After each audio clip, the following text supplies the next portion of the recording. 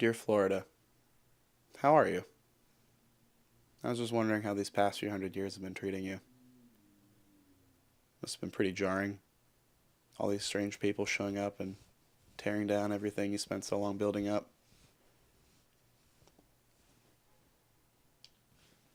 Dear Florida, sometimes I think of you a lot like an ugly duckling. When you were younger, nobody really wanted all that much to do with you.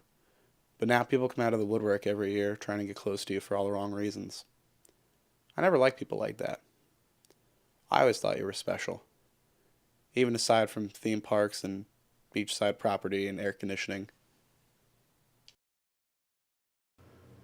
Dear Florida, actually, I didn't always think you were that special. My parents came here with me because my dad was sick of shoveling snow in New Jersey. The only knowledge I had of you is from time we spent at Disney World. I didn't get to realize how special you actually were until I started going to state parks and stuff like that and getting to know you. I feel like maybe it's just easy to live here with this endless bounty of natural wonders right under your nose and never really realize it.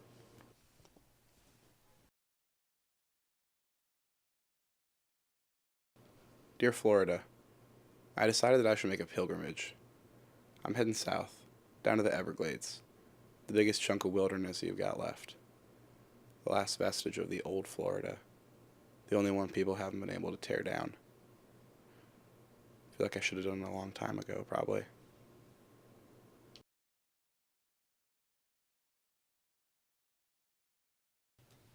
Dear Florida, why is there so much construction going on here all the time? It seems like there's always people extending a road or paving a parking lot or some other shit like that. Kind of seems like a waste. What's the point of building a road if you're paving over all the worthwhile places to go?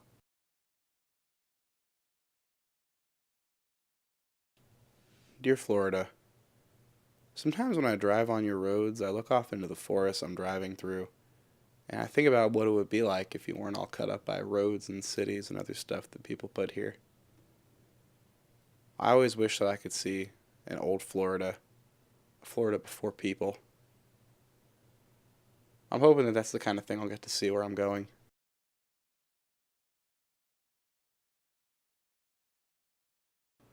Dear Florida, after 6 hours on the road, I've reached my destination, a place called the Everglades Hostel. I had no idea there was a place here like this.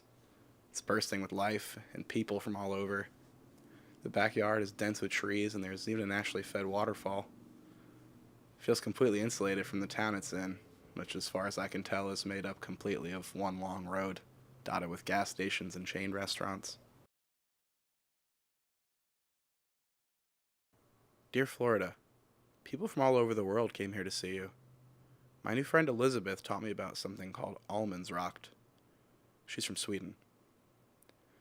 It means all men's right, and basically it's a law that says that coastal land is always open to the public, even if it's privately owned. I grew up on your coast, and nearly all of it was privately owned. All the beaches were cut up by 6-foot fences. I tell this to my new friend, and she says something to the effect of, "In this country, you can buy everything." I'm inclined to agree, but I'm trying not to get discouraged. Dear Florida, the owner of this place had a lot to tell me about the Everglades. Her name is Owen, and she's run it for almost 20 years. She says that the main reason people come here is to get close to something wild and dangerous. I think it's funny how people would spend so much time and effort declawing you when deep down they're attracted to that sort of thing in the first place. Maybe it isn't funny. Maybe it's sad. It's hard to tell sometimes.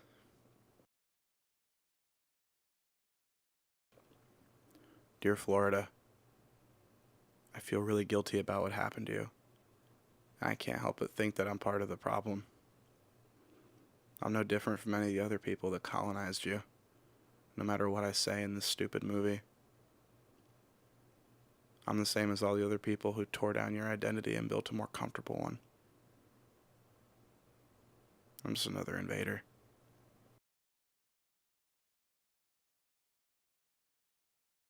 Dear Florida, I scheduled a guided tour for tomorrow.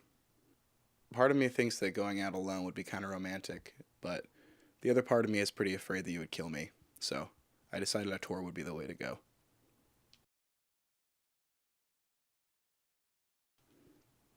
Dear Florida, I woke up nervous. It's hard to sleep in a room with 10 strangers. I had a dream that you came to me, manifested as an alligator, with both your eyes gouged out. You told me that everything that happened to you was my fault, and I believed it. Dear Florida, my tour guide showed us something called a strangler fig. It starts out as this tiny little sprout that grabs onto a tree, and it starts to sprawl out, climbs all over the tree until it's totally covering it, and it steals all the sunlight the tree needs, so it slowly suffocates and dies. Part of me feels like that's a pretty horrible way for the tree to go. Poor guy. I mean, it couldn't even do anything about it. But another part of me thinks it's really amazing that the fig could even do that in the first place. I mean, that's what the fig does to survive, and it deserves to live too, right? How can anyone say which one deserves it more, or whose methods are wrong or right?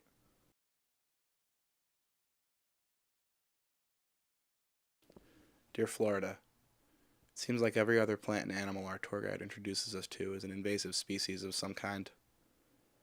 I started thinking about all the different people from all the different places who came here to make you their home.